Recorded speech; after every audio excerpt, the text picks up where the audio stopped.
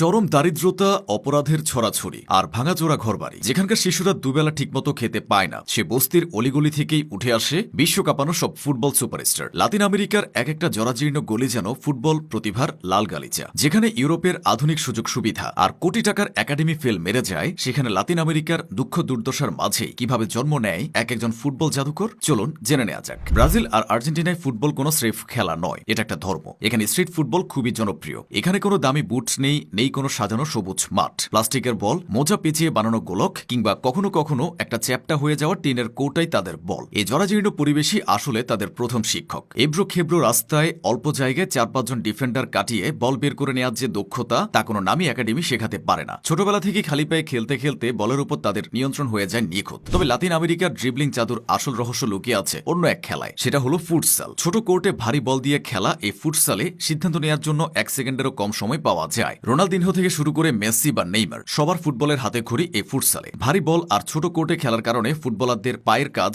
বা ফুটওয়ার্ক অত্যন্ত দক্ষ হয়। ইউরোপের ফুটবলাররা যেখানে শারীরিকভাবে শক্তিশালী, লাতিন আমেরিকার ফুটবলাররা সেখানে মানসিকভাবে অনেক বেশি ক্ষুরধার এবং কৌশলী হয়ে ওঠে এই ফুটসালের কারণে। লাতিন আমেরিকার একটা বড় অংশের মানুষের কাছে জীবন মানেই এক চরম যুদ্ধ। ব্রাজিলের ফ্যাভেলা কিংবা আর্জেন্টিনার ভিলাগুলোতে অপরাধ আর অন্ধকার জগৎ খুব হাতছানি দেয়। এই অন্ধকার থেকে বের হওয়ার, নিজের পরিবারকে একটা সুন্দর জীবন দেওয়ার একমাত্র জাদুকরী চাবিকাঠি হলো ফুটবল। ব্রাজিল ও আর্জেন্টিনার এই দরিদ্র শিশুদের কাছে ফুটবল কেবল একটি বিনোদন নয়, এটা হলো বেঁচে থাকার সংগ্রাম। যখন একটি শিশুর কাছে ফুটবল খেলাটাই জীবন বাঁচানোর একমাত্র উপায় হয়ে দাঁড়ায়, তখন তার পায়ের প্রতিটা শটে মিশে থাকে তীব্র ক্ষুধা আর জেদ। এই জীবন সংগ্রামের তাগিদই তাদের মাঠের ভেতরে দানব বানিয়ে তোলে, যা কোনো ধনী দেশের উন্নত একাডেমির পক্ষে তৈরি করা সম্ভব নয়। লাতিন ফুটবলের আরেকটি বড় শক্তি হলো তাদের সংস্কৃতি। ব্রাজিলের ফুটবলে মিশে আছে জিঙ্গা, যা আফ্রো ব্রাজিলিয়ান মার্শাল আর্ট, ক্যাপোয়েরা এবং সাম্বা নাচের এক অপূর্ব মিশ্রণ। অন্যদিকে আর্জেন্টিনার ফুটবলে মিশে আছে এক ধরনের জেদ আর ধূর্ততা, যাকে তারা বলে ভিভেজা ক্রিওলা, অর্থাৎ বুদ্ধির জোরে প্রতিপক্ষকে বোকা বানানো। এর সাংস্কৃতিক বৈশিষ্ট্যগুলোই লাতিন ফুটবলকে ইউরোপীয় যান্ত্রিক ফুটবল থেকে আলাদা করে